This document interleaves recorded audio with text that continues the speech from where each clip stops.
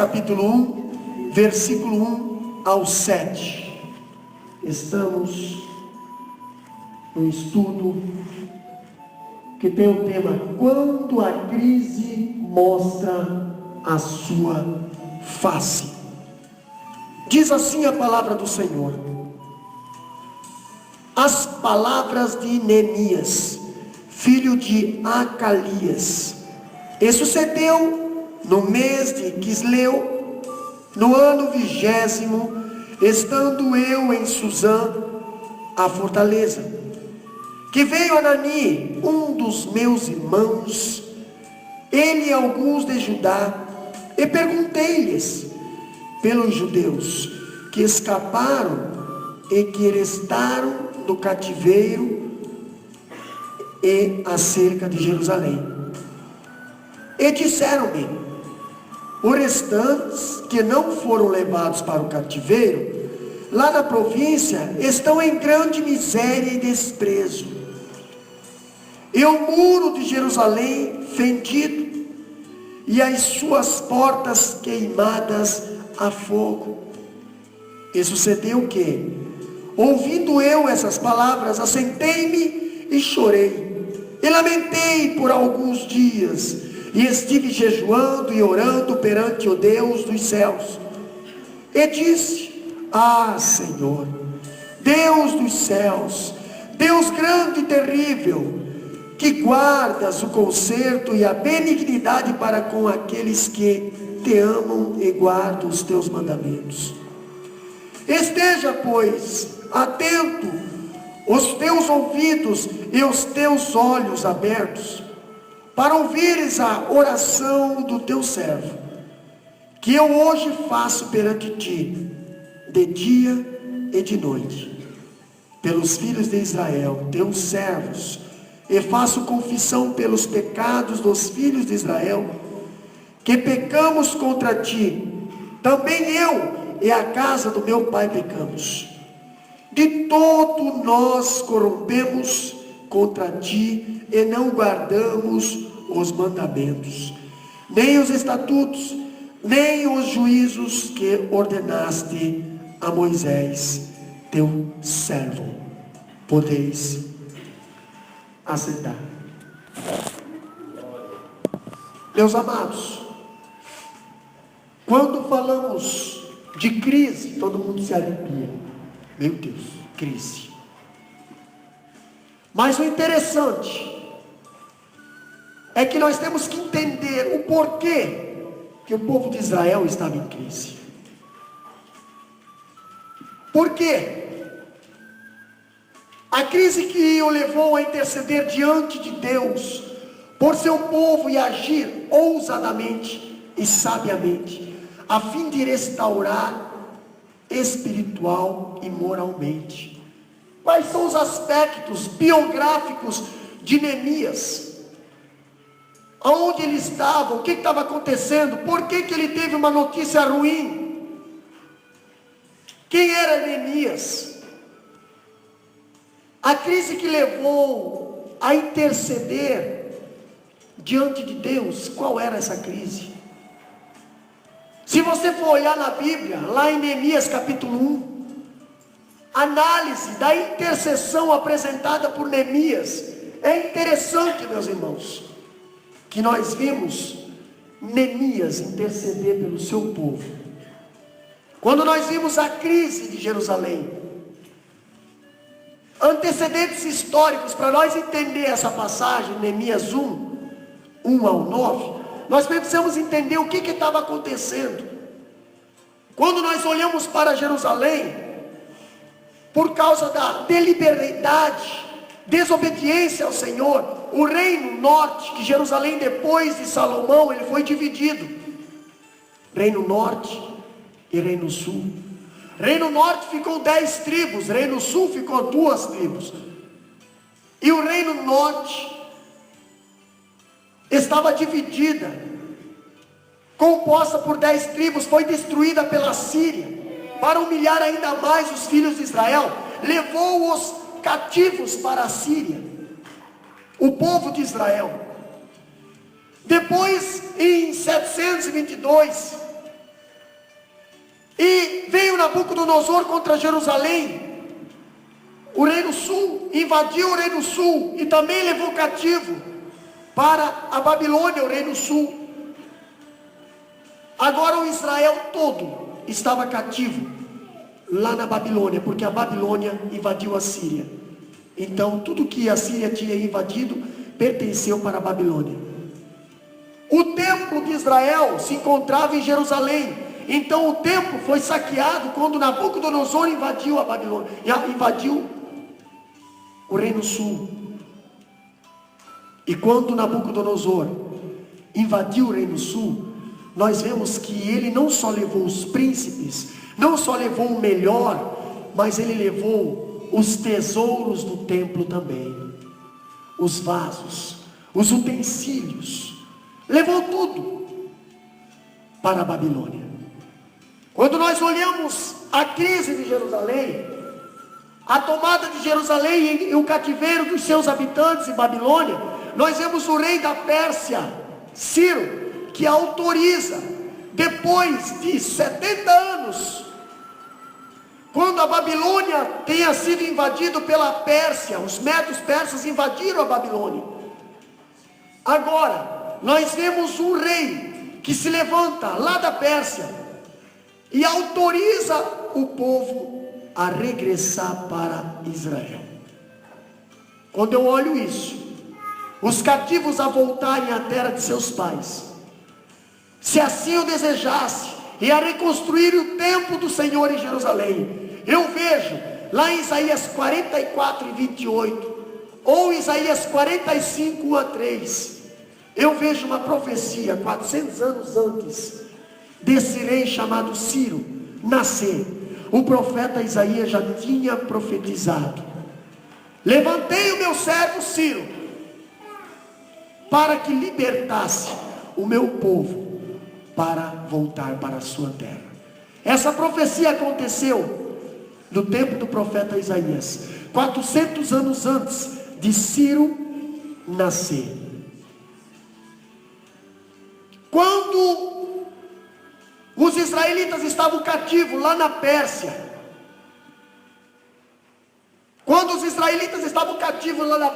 e os persas vivendo dentro de Israel, dentro de Judá, lá no norte, porque eles colocavam governadores de lá para governar lá dentro. Ficou uma terra vassala, uma terra dependente, tipo assim a Austrália sendo governada pela Inglaterra. Hoje a Austrália é livre, mas antigamente era assim. Eles estão aqui, eles cuidam, eles dominam, eles pegam o imposto, eles pegam tudo. Assim estava Israel. Quem ficou em Israel?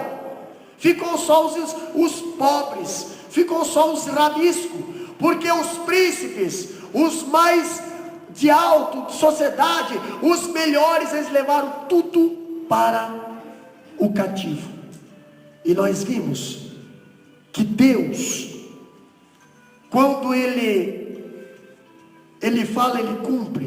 Deus falou através da vida do profeta Jeremias, que o povo de Israel ia ficar 70 anos escravo lá na Babilônia. Mas Deus sempre dá um escape. Deus sempre dá um escape. E Ele usa, às vezes, pessoas que nós nem entendemos. Você quer ver? Com a ascensão do Império Medo-Persa, em 536, o rei Ciro, instigado por Deus, permite que um grupo de judeus retorne a Jerusalém a fim de reconstruir os muros da cidade e reerguer o santo templo. Ciro era um rei gentil, não era judeu. Ciro não era judeu.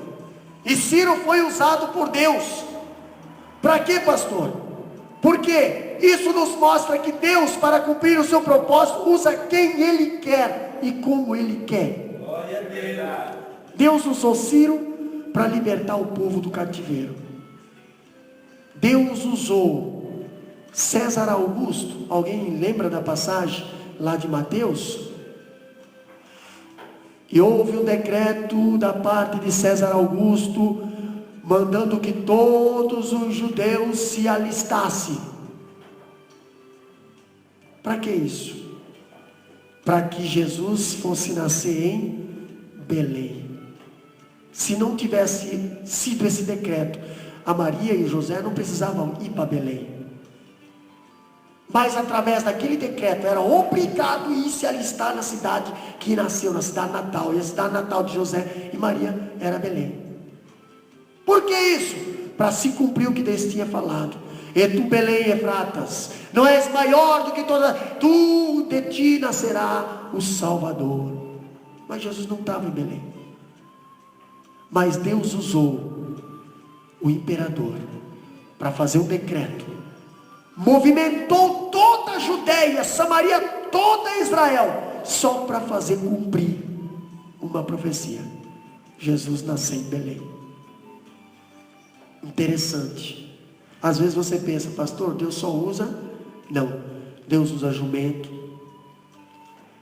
Deus usa um leão, Deus usa qualquer coisa. Deus é Deus. E quando você ficar de boca fechada e não quiser mais cantar, não quiser mais pregar, não quiser, quando você quiser, Deus, Ele usa a pedra. Porque a palavra de Deus fala bem assim: quando estes se calarem, as pedras vão clamar. E você pode ter certeza, irmão, é só sair na via, é só sair na BR. Lá no Brasil tem muito, mas aqui na Austrália eu já vi. Quando você sai na BR e visitar, volta e meia, tu vê uma pedra pintada lá: Jesus te ama. Pedra está falando.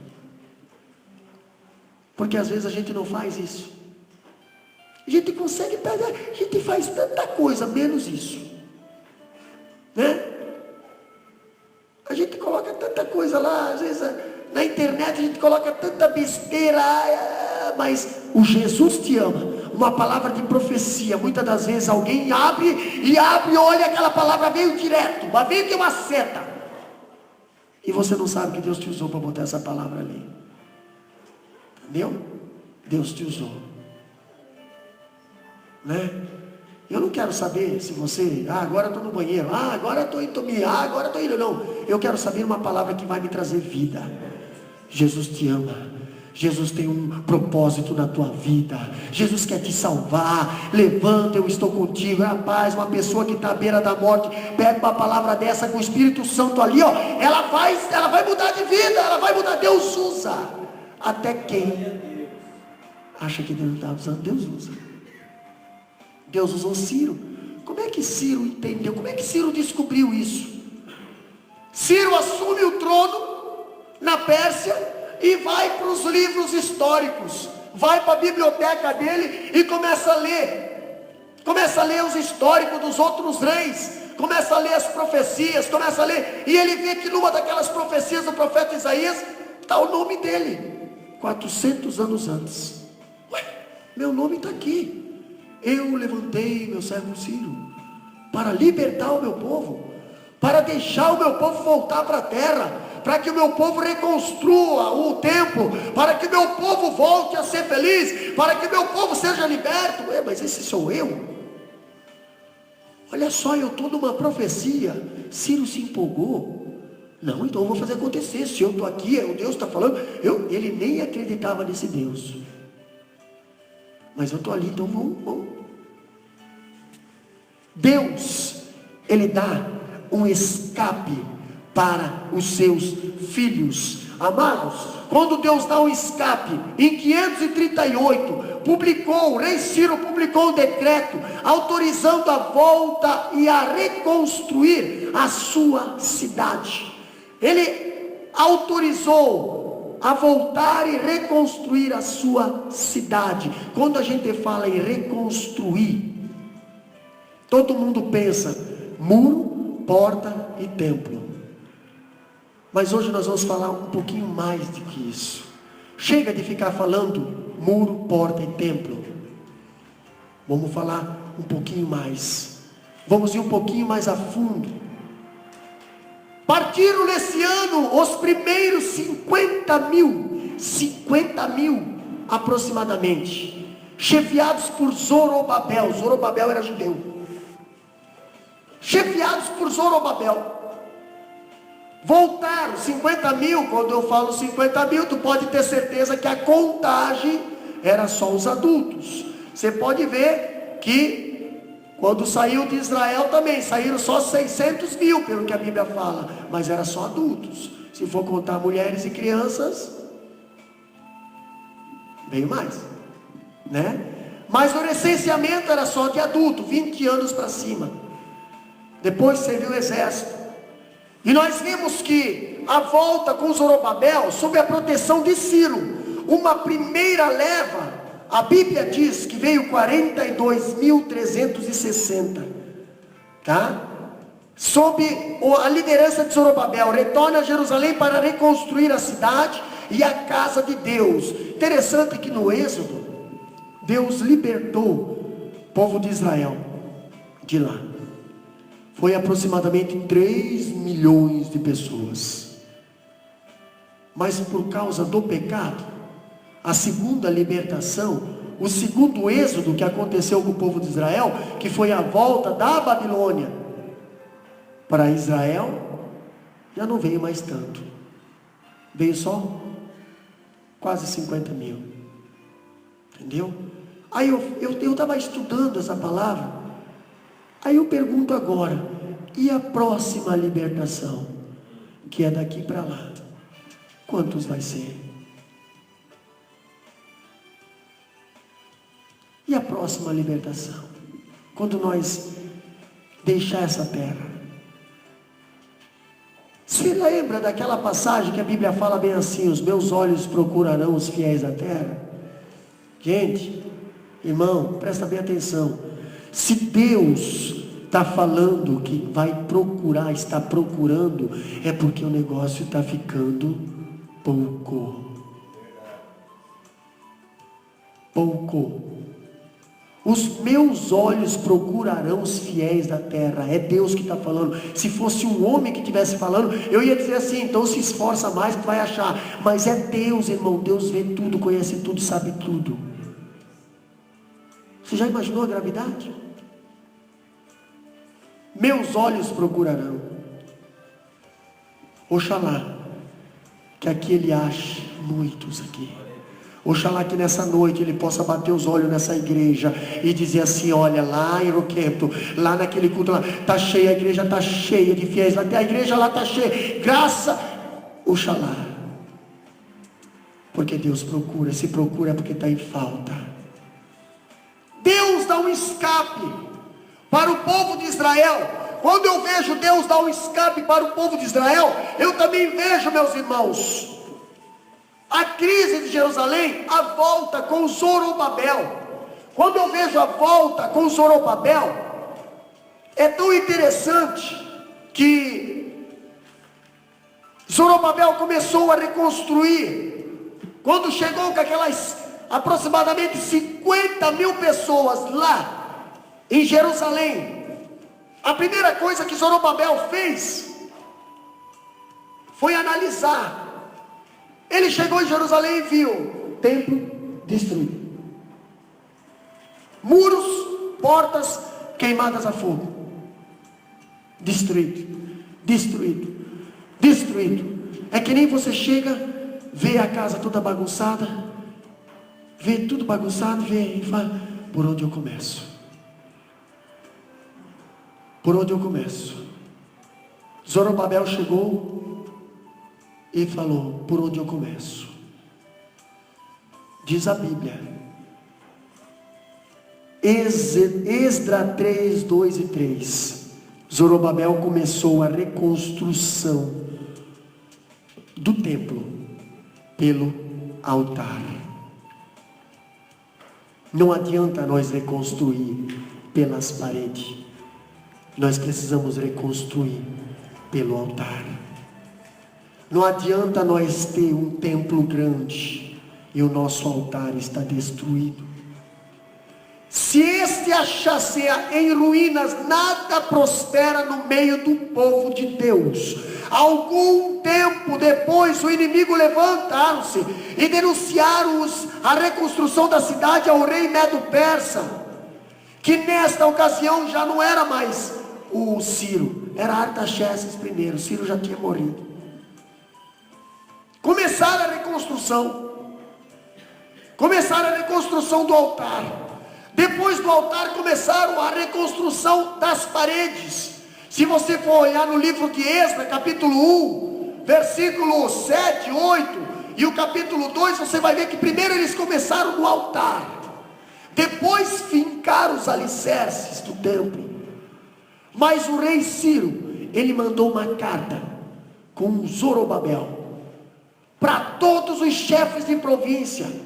Mandou carta para o reino norte, lá de cima, lá na Líbia. Ei, eu quero que vocês forneçam madeira, cedro, para esse povo reconstruir o templo. E outra, esse povo também vai precisar de ouro, esse povo vai precisar de prata, esse povo vai precisar de mantimento, esse povo vai precisar de ser ressarcido seus salários, as suas terras que era deles vai ter que ser devolvida tudo. Devolva. Você acha que não teve nenhum chefe da província que ficou bravo? Devolva porque Deus falou que era para eles fazer isso. E eu sou o responsável, então eu estou mandando cartas. E eu não quero que vocês cobrem nada, nenhum imposto desse povo. A terra é deles. Foi nós que invadimos a terra. Agora nós temos que devolver. Faça tudo o que eles precisam. Eu acho interessante que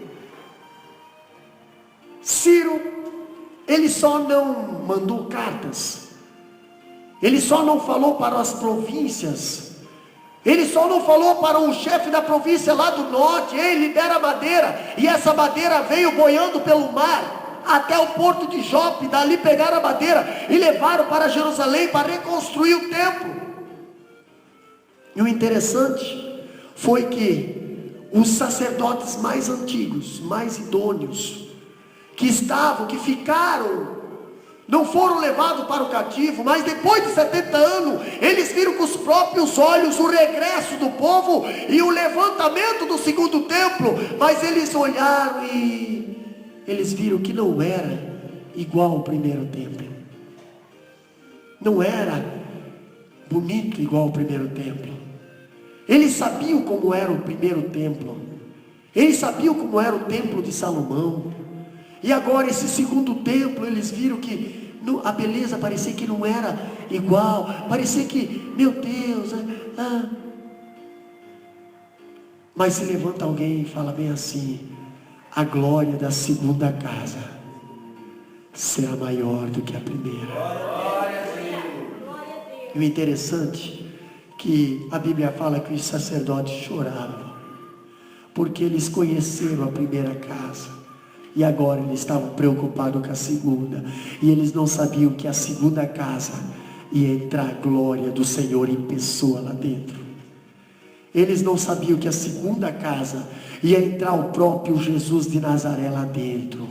A segunda casa ia entrar o próprio Jesus lá dentro. Eles iam matar, mas eles não estavam entendendo quando o profeta estava falando: a glória da segunda casa vai ser maior do que a primeira. Quando você ouvir alguém falar isso para você, ei, receba essa palavra, porque você pode ter perdido a primeira, mas a segunda casa Jesus está dentro.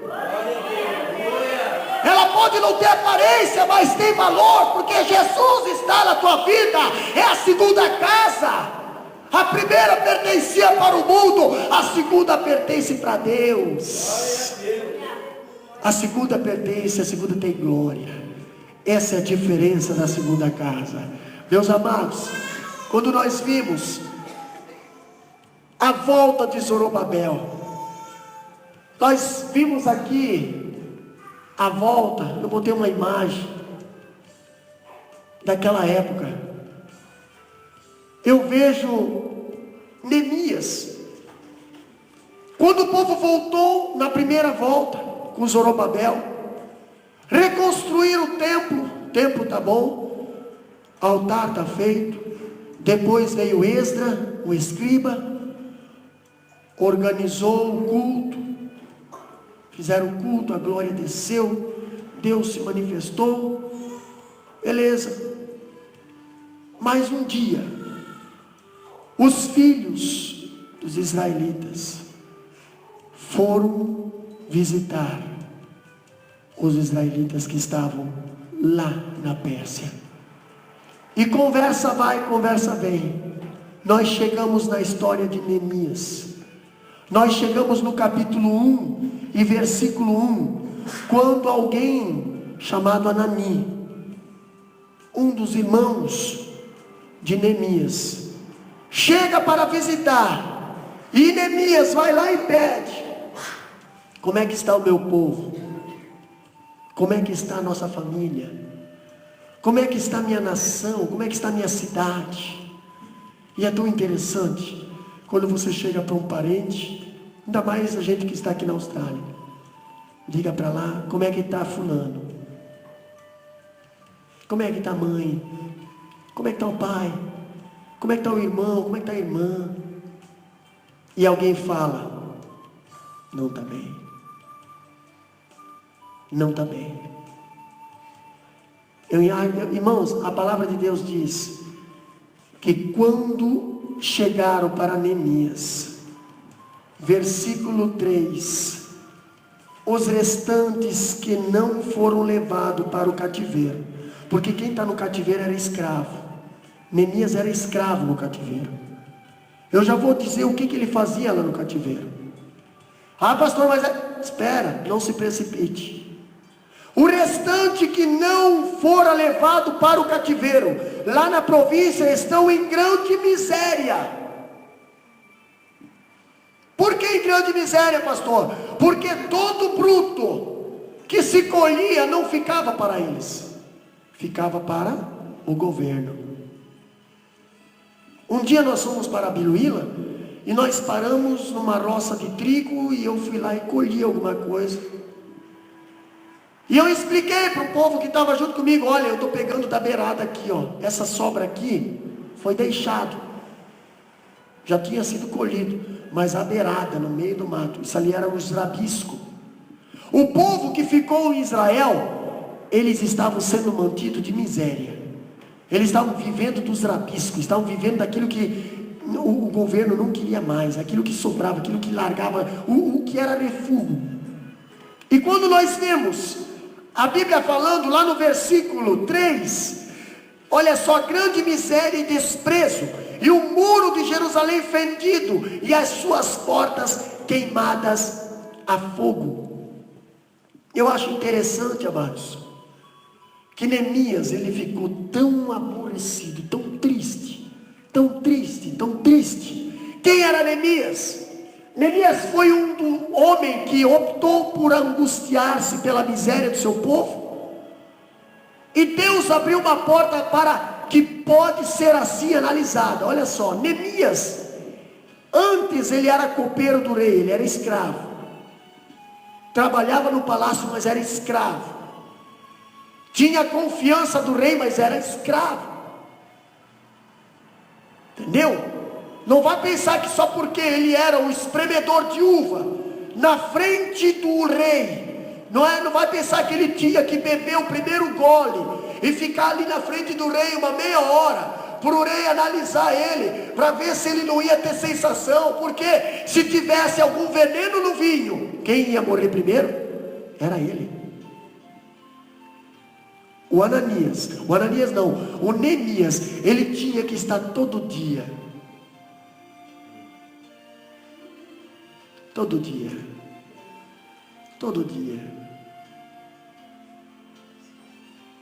qualquer sombra de dúvida, o rei já desconfiava dele. Neemias sempre aparecia com um semblante bom na frente do rei, o rei confiava nele. Mas aquele dia, Neemias chegou arrasado. Não tem, irmão. Quando você está passando por uma luta, muitas das vezes Não adianta disfarçar com o teu semblante. A Bíblia diz: o coração alegre formoseia o rosto. Mas nem sempre você está com o coração alegre. Ninguém é feito de ferro. Nem sempre você está com o coração. Tem hora que demonstra, tem vezes que você procura, alguém te toca nas costas e se desmancha. Aí pronto. Você vai cantar, você se desmancha, você se desmancha, você está com alguma coisa. E naquele dia, Neemias chegou diante do rei, com o copo, espremeu, e o rei todo dia observava Neemias. E naquele dia, ele viu que talvez o olho estava um pouquinho vermelhinho. Ele viu que talvez o Neemias deu uma risadinha, mas a risadinha é aquela pessoa que, né, é tipo aquele sorriso de selfie, né, que não tem brilho nenhum. Neemias estava ali, o rei já, o que está acontecendo? Se o meu homem de confiança não está bem, então eu estou em perigo. Talvez ele pode estar tramando alguma coisa contra mim. Talvez tramar alguma coisa envolvendo ele. Talvez ele está... Opa! O que você tem, Neemias? O que você tem? Teu semblante está caído. Ah, Neemias chorou. Neemias falou: ah, meu Senhor, como pode eu estar bem?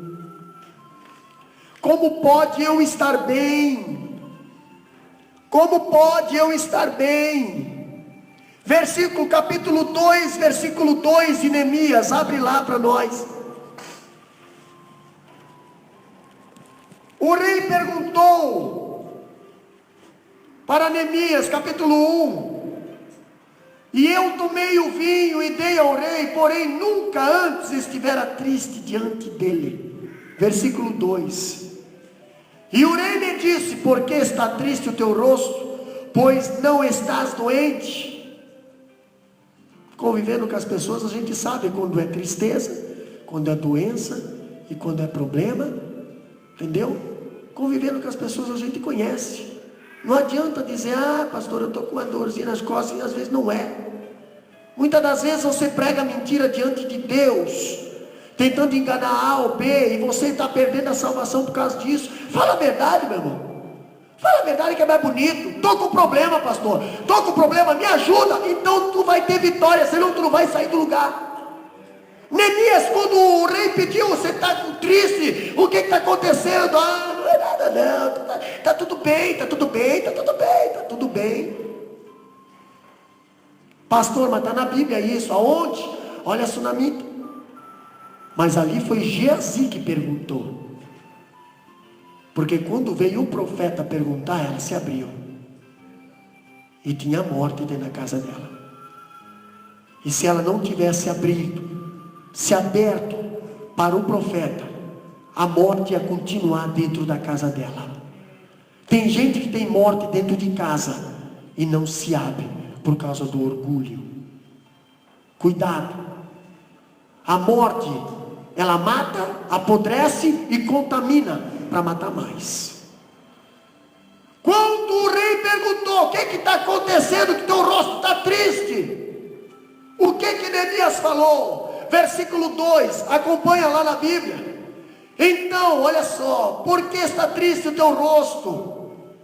Pois não estás doente? Não é isso, senão tristeza de coração. Então temi muito em grande maneira. Temor ao Senhor é princípio de sabedoria, a Bíblia fala assim. E disse ao rei: viva o rei para sempre. Sabe por que ele falou viva o rei para sempre? Era a saudação que toda pessoa precisava dar para o rei. Se lembra quando Daniel foi jogado na cova do leão? Que o rei foi lá na cova e falou: Daniel, está aí? Daniel falou: ó rei, vive para sempre. Era a saudação. Era a saudação. Entendeu? Era um respeito que o povo tinha. Hoje não se tem mais respeito. Nem com as autoridades, nem com ninguém não se respeita mais. Hoje está se perdendo o respeito. Naquela época tinha respeito. O que ele falou? Vive, ó rei, para sempre. Como não estaria triste o meu rosto, estando a cidade, o lugar, olha só, a cidade, o lugar, sepulcro dos meus pais, assolados, e tendo sido consumida as suas portas a fogo. E o rei me disse: que me pedes agora?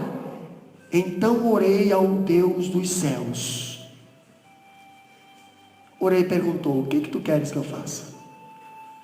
E Neemias, antes de responder, ele orou.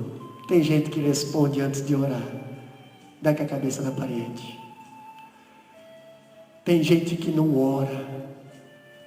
Então orei ao Senhor, e disse ao rei: se é de agrado do rei, e se o teu servo é aceito na tua presença, peço-te que me envies ajudar a cidade dos sepulcros de meus pais, para que eu a edifique. Irmão, agora presta atenção aqui. Ele estava com uma vida mansa no palácio. Imagina, se você é só o motorista do presidente, você já tem uma regalia.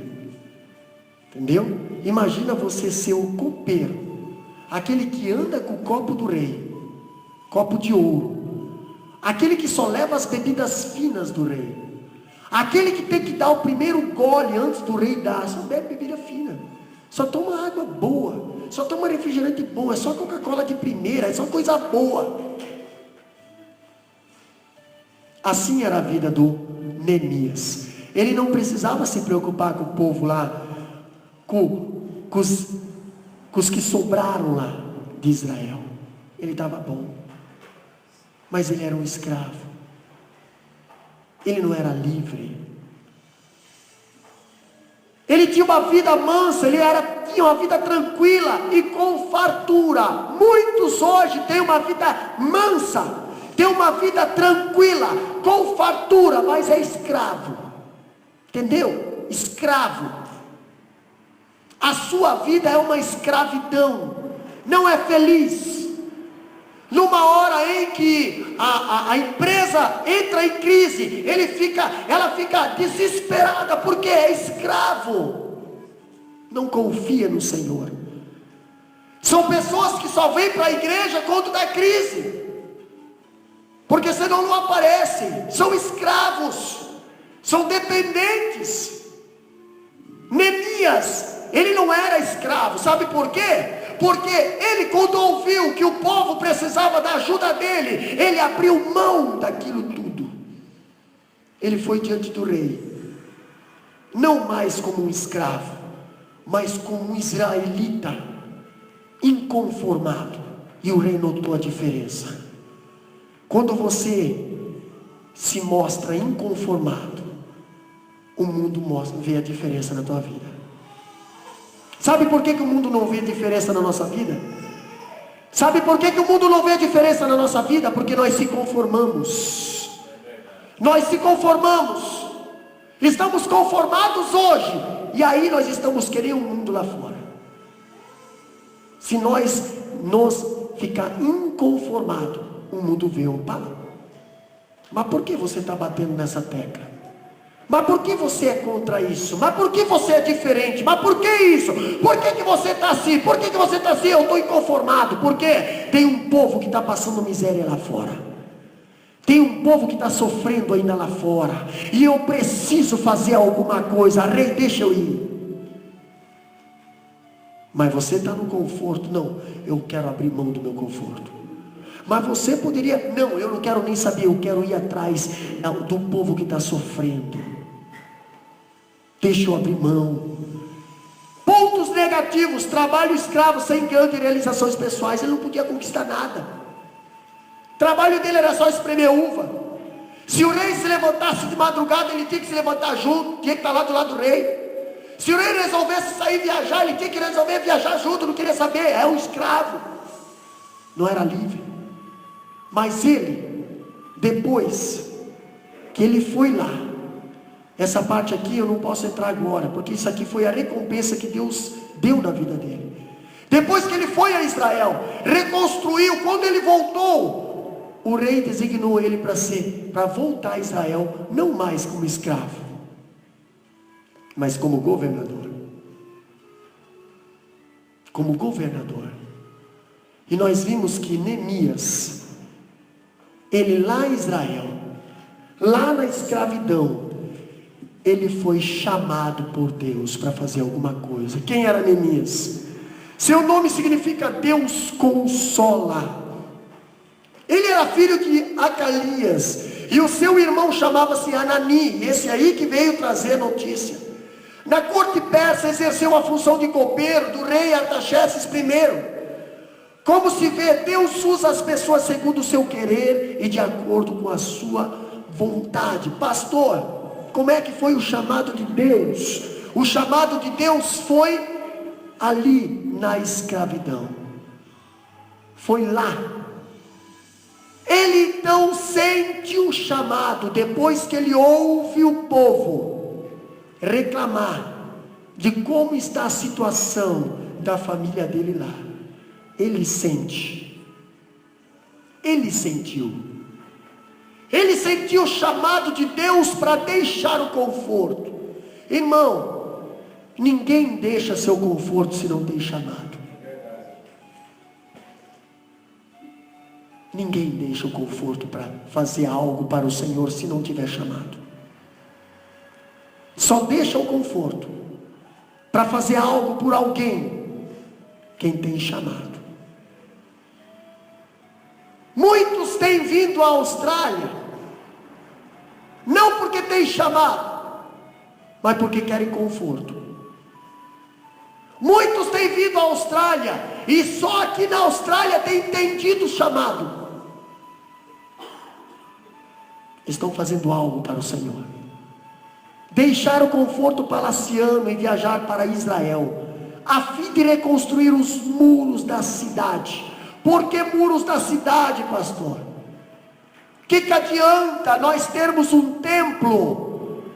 O povo chegou lá na Pérsia, conversou com Anani e falou: e agora vocês estão felizes? Vocês têm um templo, tem um altar, tem um sacerdote. Sim, mas o que adianta? Os muros da cidade estão tudo queimado a fogo. Está tudo quebrado. As portas estão tudo queimadas. Quando a gente fala de portas, meus irmãos, quando nós falamos de porta, olha só, apesar de o santo templo já estar funcionando conforme as leis levíticas, a cidade encontrava-se ainda abandonada, segundo Esdras 6:14. Ele então sente o chamado de Deus para deixar o conforto palaciano e viajar para Israel, a fim de reconstruir os muros. O que é muro, pastor? Temos uma grande lição: templo sem muro é igreja sem doutrina.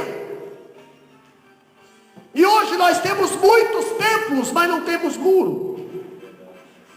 Temos muitas igrejas aqui nessa nação, mas poucas portas que colocam limite. Pecado aqui não entra.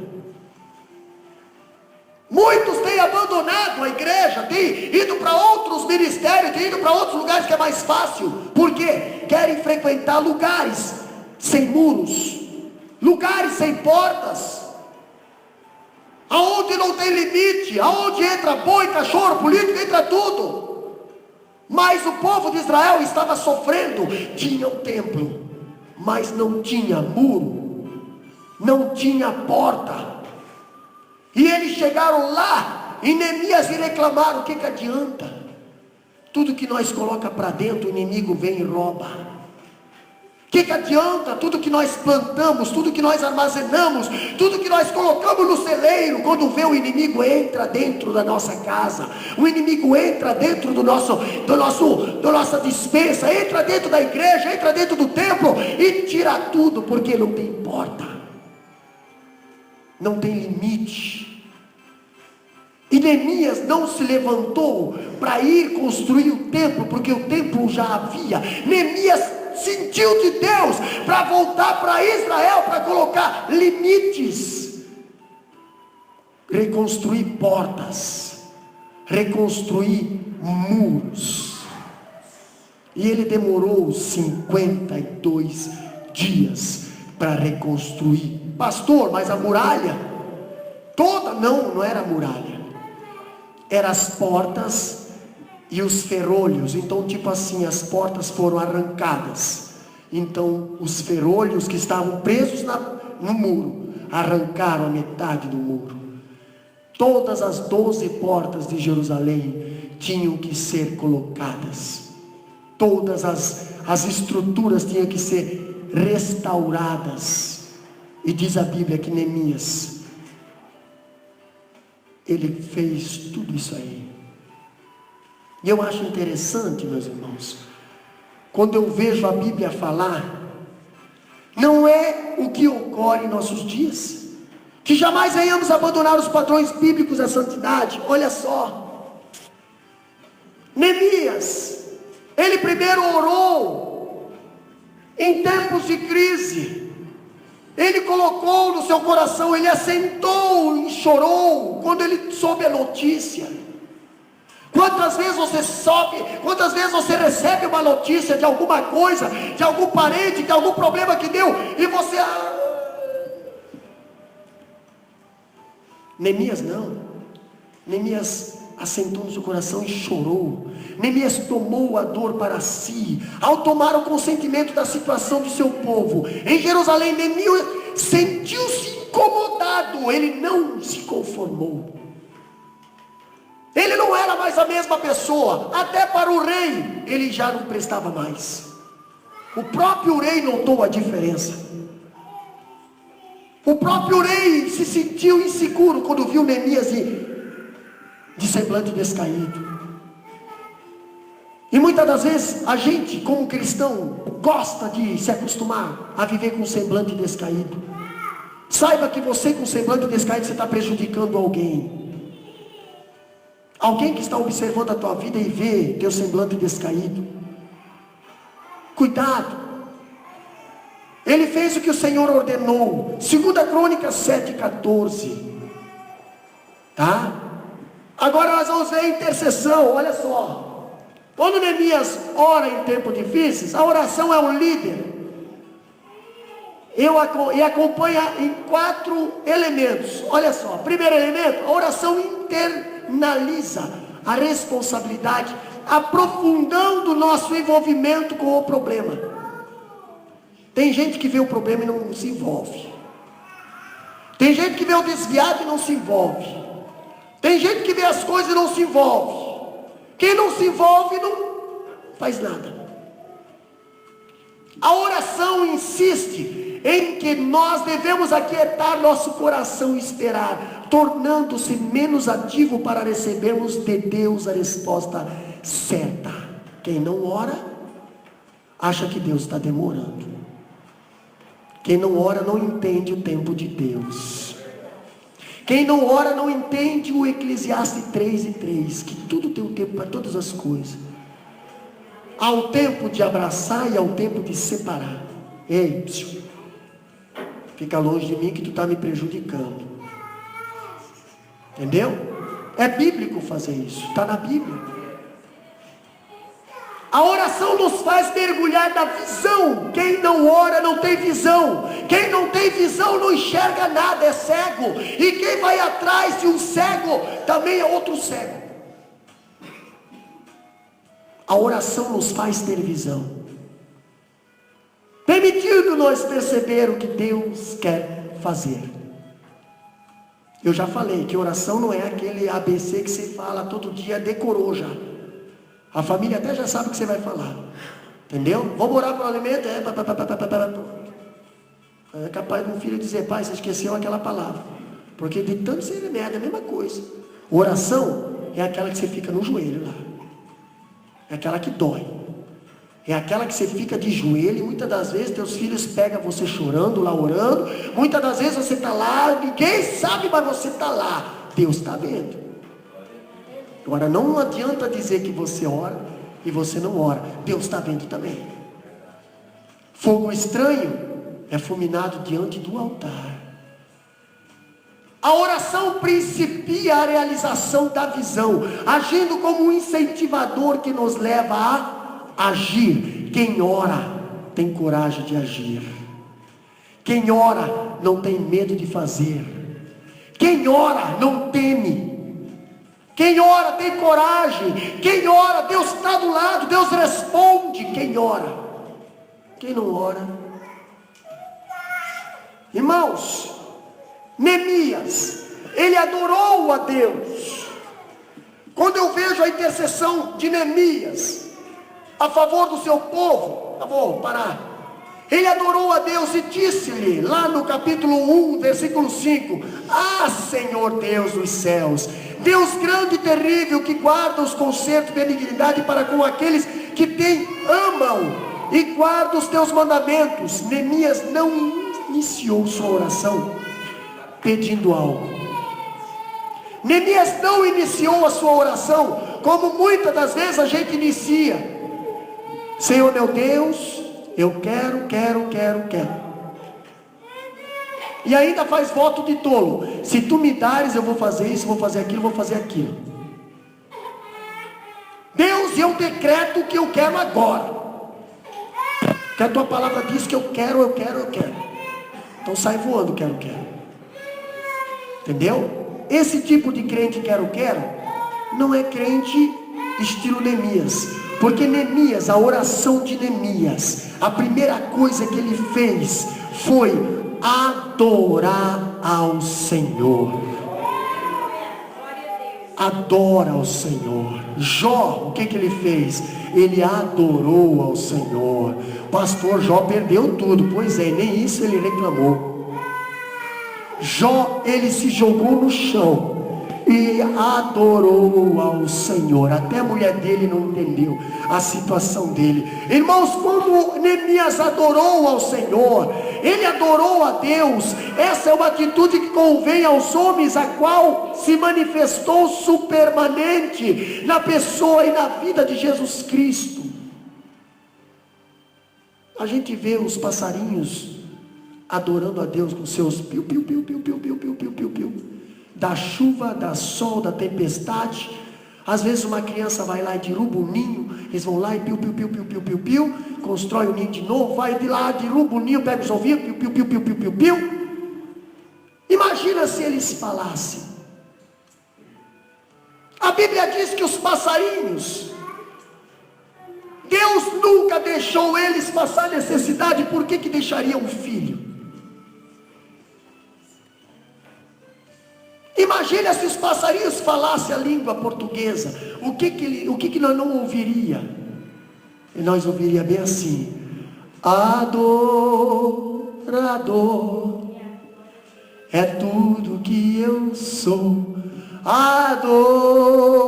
Adorador, assim Deus me formou. E quem poderá calar a voz de um coração? Se os passarinhos soubessem falar, eles iam cantar assim. Mas eles não sabem falar, então eles adoram piu, piu, piu, piu, piu. Mas você sabe falar, e na luta você não adora. Na luta nós reclamamos. Quando vê a miséria lá, nós não temos coragem de abrir mão do nosso conforto, das nossas bênçãos, muitas das vezes, para compartilhar com alguém que necessita, com alguém que precisa. Eu estou bem, os outros que se virem. Coração de pedra. E engraçado que quando a gente aceita Jesus, Deus nos transforma como uma nova criatura. O nosso coração vira um coração mole. Ele não sabe dizer não. Você sente quando Deus precisa de você. Você sente, você vê. Não, isso aí é para mim fazer, eu vou ter que fazer. Mas tem pessoas que não sentem nada. Tem pessoas que é uma geladeira, não consegue sentir nada. Lá para fora sente. Aqui dentro não. Consegue sentir pena de um cachorro, consegue sentir pena de um monte de coisa. Agora de uma alma não sente. Consegue participar de tudo lá de fora, menos das coisas que é para Deus. Isso não consegue sentir. Não sente nada. Se vê um filme emocionante lá, a dor lá do mundo Agora quando Deus está falando, não sente nada. Não derrama uma lágrima. Tem alguma coisa errada e não é com a palavra. É com o nosso coração. Neemias sentiu, quando ele ouviu a notícia, ele sentiu. Ele sentiu que a responsabilidade de Israel está lá sofrendo, sem muro e sem porta, estava sobre o sopro dele. Mas ele não iria conseguir fazer sozinho, mas ele tinha que tomar a iniciativa. Ele não se conformou. Ele tomou iniciativa. Ele foi ao rei, ele pediu ao rei, ele orou e pediu ao rei. E o rei falou: então vai e leva mais 50 mil junto contigo. Alguém tem que ter coragem de tomar a iniciativa. Que nessa noite tenha muitos aqui com espírito de Neemias, espírito de iniciativa, não espírito de querer fazer as coisas e depois abandonar. Que tem pessoas que gostam de dar ideia, mas nunca quer se envolver com nada. Não, Deus quer alguém que dê a ideia. Deus quer alguém que se envolva na ideia. Deus quer alguém que vá fazer a ideia. Deus quer abençoar aquele que deu a ideia, aquele que fez também. Deus precisa de corações sensíveis. Senão Ele não consegue fazer nada nessa terra. Quando nós vimos Neemias, ele intercedeu não só pela vida dele, mas ele intercedeu pelo povo. Não peça oração só pela tua família, só pela tua vida. Para de ser egoísta muitas das vezes. Se ninguém está passando problema na tua casa, você não pede oração, você não ora por ninguém. Neemias, ele orou, a primeira coisa que ele fez foi interceder pelo seu povo. Quando ele intercedeu pelo seu povo, ele colocou a sua família, ele colocou a sua nação, ele colocou a sua igreja, ele colocou o seu grupo de oração lá na Pérsia. Ele colocou todos, ele envolveu todos. Se você for analisar o Pai Nosso, você vai ver que não existe individualismo ali não, viu? Não existe Deus eu quero, Deus nós precisamos. Não existe Deus me abençoa, Deus abençoa-nos. Não existe Deus me perdoa, Deus perdoa-nos. Não existe o meu pão de cada dia, Deus é o nosso pão de cada dia. Agora também não existe Deus manda ele, não, Deus nós vamos. Quando é para ir é ele, né? Quando é para ir é o irmão lá, não é o outro irmão lá, não. E vai, sabe o que está acontecendo, irmão? Tem uma parábola na Bíblia que um senhor, um rei, ele fez uma festa e ele mandou convidar todos os príncipes, as autoridades, e ninguém veio. Mandou uma carta para um, não, eu comprei um terreno, eu tenho que olhar o terreno, não vou poder ir na festa. Mandou a carta para outro, não, eu casei, vou ter que passar a lua de mel, não vou poder ir na festa. Mandou a carta para outro, não, eu me formei, não vou poder ir, porque eu tenho que... Mandou, para todos eles o rei mandou uma carta. E todos eles estavam ocupados com as coisas aqui da terra. Deus, o que ele fez? O servo veio desesperado, com a pilha de carta de volta, dizendo assim, meu senhor, ninguém quis vir. Ninguém quis vir. Deus, o Senhor falou bem assim, então vai pelas sarjetas, vai pelos valados, e obriga esse povo a vir. Pega os aleijados, pega as prostitutas, pega tudo, obriga a vir. Moral da história para nós, aplicando na nossa vida. Quantas vezes Deus tem mandado cartas para você, através da palavra do Senhor, e você disse assim, não vou. Irmão, Hoje a igreja era para estar cheia. Hoje é feriado. Muitos têm trocado o culto de oração, o culto de ensino, pelo conforto do palácio.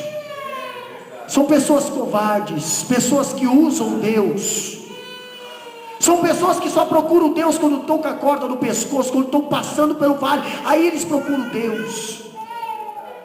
São pessoas que têm rejeitado a carta e o convite para participar de muitos banquetes aqui. Mas não tem problema. O rei está levantando pessoas lá de fora. O rei está tirando pessoas lá do vale da sarjeta, para colocar no lugar dessas pessoas que rejeitam muitas das vezes o banquete. Isso não é o pastor que está falando, é a Bíblia. Porque Ele é o mesmo ontem, hoje e será eternamente. Ele não muda a palavra dele. Se você está aqui hoje é porque você valoriza o banquete que você está se alimentando hoje, através da palavra do Senhor. É Bíblia. Quem não se alimenta com Bíblia está morrendo espiritualmente. É fraco, raquítico, amarelo. Qualquer batidinha se desmonta. Ah, meu Deus, por que está fraco de novo? Ah, por que está querendo se desviar? Ah, por que está querendo abandonar tudo? Porque não se alimenta, não come, é anêmico, amarelo, está emagrecendo espiritualmente. Quando eu vejo Neemias interceder pelo seu povo, ele intercedeu pelo seu povo e na seguinte razão, olha só, um crente que não ora, primeira coisa, ele falha. Ele falha no que, pastor? Contra si mesmo, não crescendo espiritualmente. Entendeu? Ele falha contra si mesmo. Ele não falha contra a igreja. Ele não falha contra o pastor, não falha contra o sobreiro, não falha contra o líder, não falha contra ninguém. Ele auto-falha contra si mesmo. Entendeu? Ele se engana a si próprio. O crente que não ora, ele falha contra o pastor por quem ele ora. Por quê? Porque não ora. E é bíblico orar pela liderança. É bíblico pedir: Deus, guarda os nossos líderes, guarda os nossos pastores. Eles estão na linha de frente. Eles precisam ser exemplo. Eles precisam ser irrepreensível. Eles precisam ser prumo para que nós sejamos exemplos para eles também. E tem gente que não observa. Observa tantas outras coisas, não observa os seus líderes. Pastor, mas como é que eu vou mudar? Observa os teus líderes. Olha o que a Bíblia diz: sede meus imitadores. Tantas pessoas dão escândalo por aí, vocês, mas os líderes de vocês, que têm uma vida íntegra, vocês não observam. Quer mudar de vida? Observa. É bíblico. Ora por eles também. Eles precisam da proteção da igreja também. Eles precisam estar debaixo das vossas orações. Não só vocês estão debaixo das nossas orações, nós precisamos estar debaixo das vossas orações também. O crente que não ora, ele falha contra a igreja que não precisa do seu apoio espiritual. Quem disse? Quem disse que o corpo não precisa de um membro? Você é um membro. Você ignora um dedo? Você ignora uma parte do teu corpo? Não, pastor, eu preciso. Pois é, por que um membro da igreja tem que ser ignorado? Qual é a diferença? Você acha que Deus não precisa de você? Deus precisa de você. E muitas das vezes você faz pouco caso para as coisas de Deus, relaxa com as coisas de Deus, não faz por causa de bira, não faz por causa de picuinha. Ei, Deus está precisando de você. Sabe o que está acontecendo? Você está sendo um membro que muitas das vezes está atrapalhando, porque você não quer fazer, e Deus quer te usar. Entendeu? Deus quer te usar. E quando a cabeça quer usar e o corpo não obedece, a cabeça tem um problema no corpo. O corpo todo sofre. O grupo todo sofre. O ministério sofre. Tem alguém doente. Tem um membro doente. Quando o membro está doente, o corpo manca. Eu dei uma topada de novo essa semana num negócio lá em casa. E eu não sei se eu quebrei o dedo. Estou aqui com o pé dentro do sapato, mas estou sentindo. Está doendo lá. Não sei o que deu. Deus me chamou para quebrar dedo. Não sei o que está acontecendo, mas está doendo. Eu tenho um membro machucado. Isso atrapalha. Eu queria pular, eu queria correr, mas eu tenho que me aliviar no passo. Entendeu? Estou com o membro machucado. E a cabeça está sentindo que tem um membro machucado. Quem não ora, falha contra o mundo que precisa da nossa intercessão. Não adianta nós participar de culto missionário. Nós precisamos se envolver na obra missionária. Não adianta eu ir junto, eu participar, eu tenho que fazer alguma coisa. Tem gente que só contribui, quando contribui na missão, não contribui aqui, não contribui na missão. Ei, te decide. Aqui precisa, Bahia precisa, Índia precisa. Olha como você está fazendo as coisas para Deus. Não seja chantagista. Não é o pastor que vai, o pastor só está aqui para te orientar a fazer certo, para você não errar. Entendeu? Para você não errar. Você sabe que precisa se envolver. Deixa eu falar uma coisa para os irmãos. Aqui baixou as entradas aqui. Eu não estou preocupado com isso, só estou avisando a igreja. As entradas aqui na Austrália, aqui, baixou.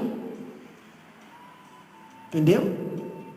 Não adianta nós querer fazer missão e deixar aqui também é missão. Aliás, nós se alimentamos aqui espiritualmente. Tem despesa muitas das vezes que nós precisamos cobrir. Ninguém olha isso, mas quem está trabalhando, olha, se preocupa, fica muitas das vezes noite sem dormir. Como é que nós vamos fazer? Mas Deus sempre tem aberto as portas. Mas o pastor precisa orientar a igreja. Eu preciso falar para a igreja, irmãos, vamos fazer as coisas da maneira certa, com justiça e amor. Deus tem abençoado. Nós precisamos ganhar o mundo lá fora, nós precisamos sentir a responsabilidade, como Neemias sentiu, quando ouviu, olha, tem famílias, irmãos, tem famílias de brasileiro aqui nesta nação, que precisa ser alcançadas, tem, e muitas das vezes pessoas que trabalham do seu lado, você tem vergonha de falar de Deus, pastor, mas a pessoa é uma tranqueira, não interessa, você não é para ser tranqueira. Você precisa ser a luz do mundo. Pastor, já sofri demais, eu fico... Pois é, as pedras vão começar a falar. As pedras vão começar a falar e vai dar trabalho para você. Porque quando as pedras começam a falar, vai confundir a tua cabeça, assim como confundiu a cabeça de Balaão, quando a jumenta falou para ele: ei, jumenta, não fala. Mas quando a pessoa deixa as coisas de Deus em segundo plano, ela deixa de ouvir a voz de Deus, Deus é obrigado a fazer uma jumenta falar, para ela entender a voz de Deus. Quem não ora falha contra Deus que quer tê-lo na sua intimidade. O que é oração? A conversa. Sabe por que os discípulos, sabe por que Jesus dormiu naquele barco? Porque os discípulos não conversaram. Conversa, viu? Não vão dormir no barco, não. Você fala para o irmão João conversar com os companheiros quando está lá no barco. Porque se não conversar, alguém vai dormir. E é tão bom quando a gente chega na casa de uma pessoa e tem assunto para conversar. E vai assunto. E quando vê é meia-noite, 1h da manhã. Meu Deus do céu. Tem assunto. Sabe por que Jesus dormiu? Porque acabou o assunto. Interessante, né? Com Jesus acabar o assunto. Meu Deus. Ah, se eu pudesse sentar com Jesus hoje, eu ia dizer bem assim: Jesus, me conta, vai. Me conta, como é que é lá o céu? Como é que é o céu? Me conta, Jesus, como é que foi a tua infância? Me conta, Jesus, como é que foi a tua perseguição? Me conta, Jesus, como é que eu faço isso? Jesus, qual era a língua de Adão e Eva? Jesus, me conta. Ia faltar tempo. Por que quando vem uma pessoa de longe, pastor Gesiel Gomes, por exemplo, a gente fica ali horas e horas sentado conversando, e com Jesus a gente não conversa? Ponto bom para se pensar. Por que a gente não conversa com Jesus? Pastor, como é que eu converso? Orando. Eu falo um pouco e eu ouço um pouco. Eu falo um pouco e eu ouço um pouco. E quando nós não oramos, nós pecamos. Só para lembrar, tá? Ele fez confissão. Uma coisa interessante que Neemias fez também, ele não só orou pelo povo, ele não só orou pela família, mas ele fez confissão dos seus pecados. Ele pediu perdão pelos seus pecados. Pastor, mas Neemias tinha pecado? Neemias tinha pecado também. Todos nós pecamos. E quando nós pedimos perdão pelos nossos pecados, meu Deus do céu, quem se humilha, Deus exalta. Infelizmente o pecado abre chagas em nossa alma. Infelizmente, olha só, a oração ainda é um curativo para sarar as velhas feridas morais, espirituais, de forma a dar nova vida para a igreja. A oração é o curativo. Sem oração, você pede infecção. Para castigar Deus tem limites, mas para abençoar, Deus é ilimitado. Para castigar Deus tem limite. Quando nós vimos, para concluir agora, Neemias, dois aspectos importantes são destacados no livro de Neemias, e especialmente nessa lição. Primeiro, Neemias orou. Nada você consegue sem oração. Sem oração tudo trava.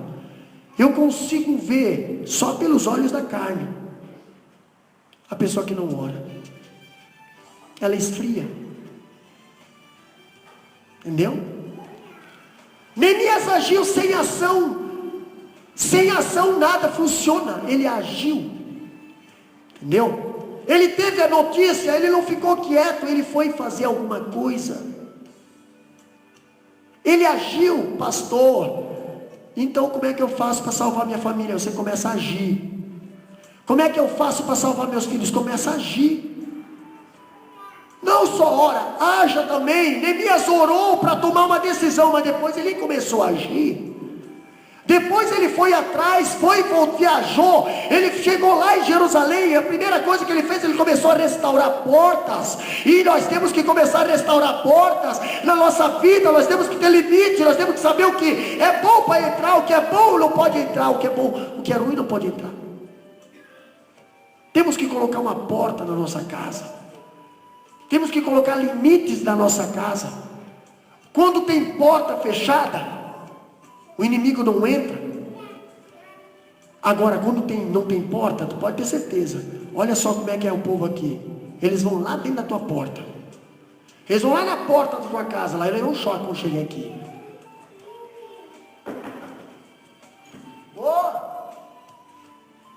Tem alguém? Agora, se você tem porta, se você tem limite, a pessoa é barrada lá na frente. O inimigo não entra.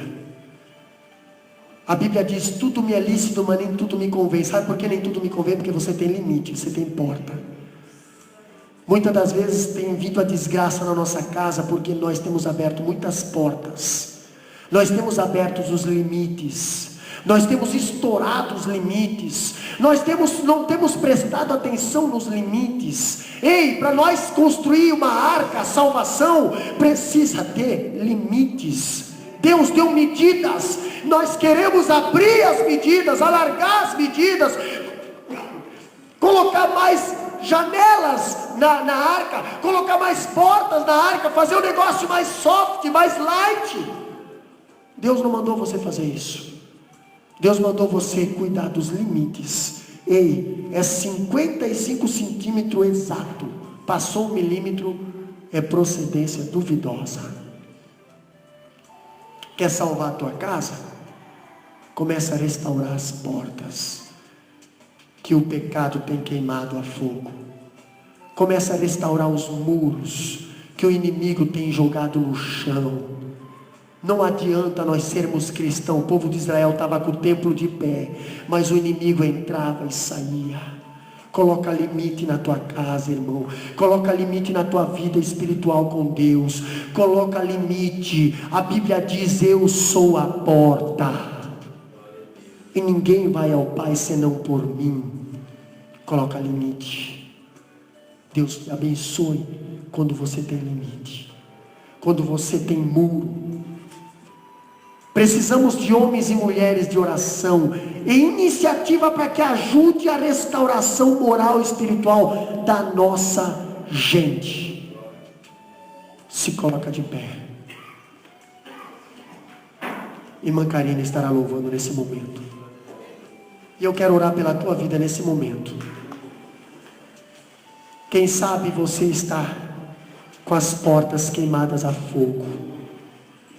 Quem sabe você está com os seus muros rachados. Quem sabe de tanto inimigo te afrontar, muitas das vezes você está pela misericórdia de Deus. Mas nessa noite Deus vai restaurar os muros. Glória a Deus. Nessa noite, espíritos de Neemias vai estar te dando força nesta noite. Você vai fazer o que Neemias fez. Você vai sair do teu conforto. Você vai sair da tua zona de conforto. Você vai tomar essa responsabilidade daquele que está sofrendo. Talvez não é você, mas alguém está sofrendo. Você precisa tomar essa responsabilidade que depende de você muitas das vezes, a salvação. Aleluia. Depende de você. A restauração de muitas portas, em famílias, em vidas, em ministérios. Está queimado a fogo, não tem problema. Deus faz da cinza voltar a ser porta de novo.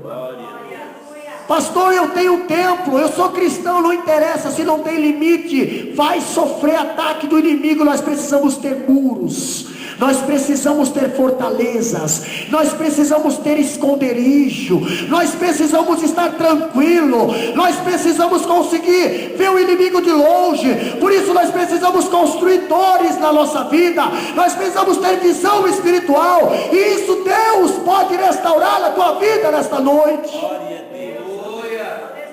Eu quero orar por você nessa noite.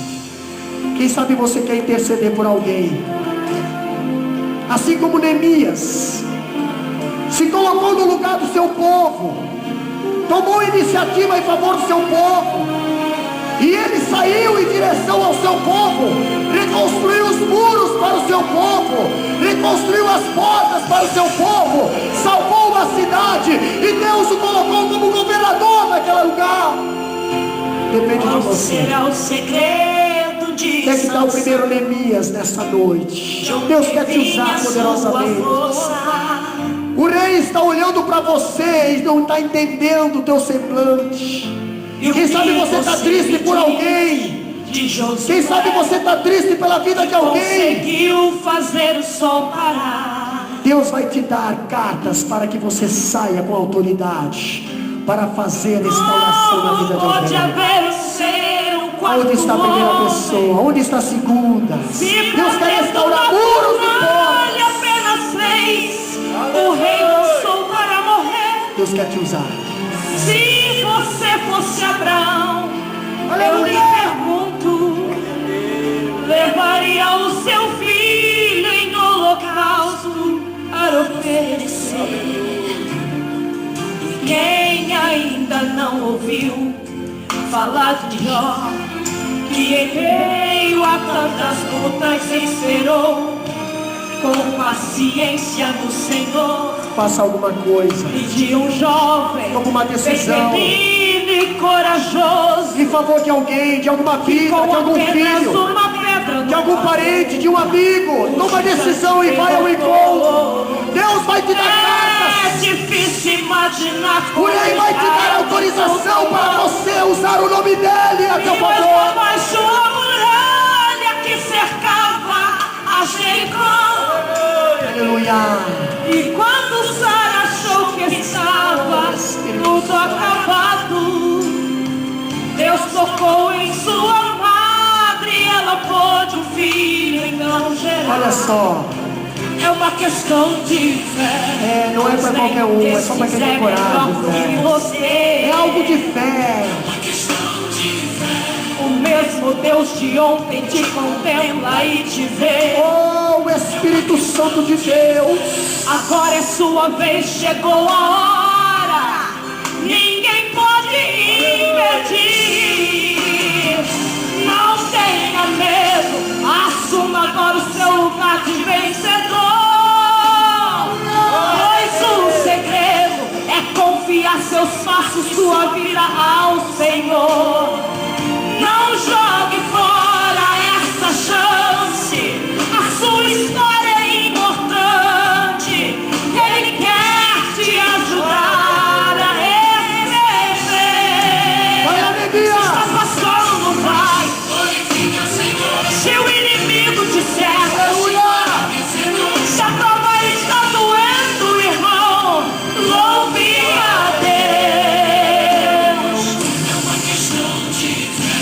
Pois nenhum desses é melhor do que você. O mesmo Deus de ontem te contempla e te vê. Agora é sua vez, chegou a hora. Ninguém pode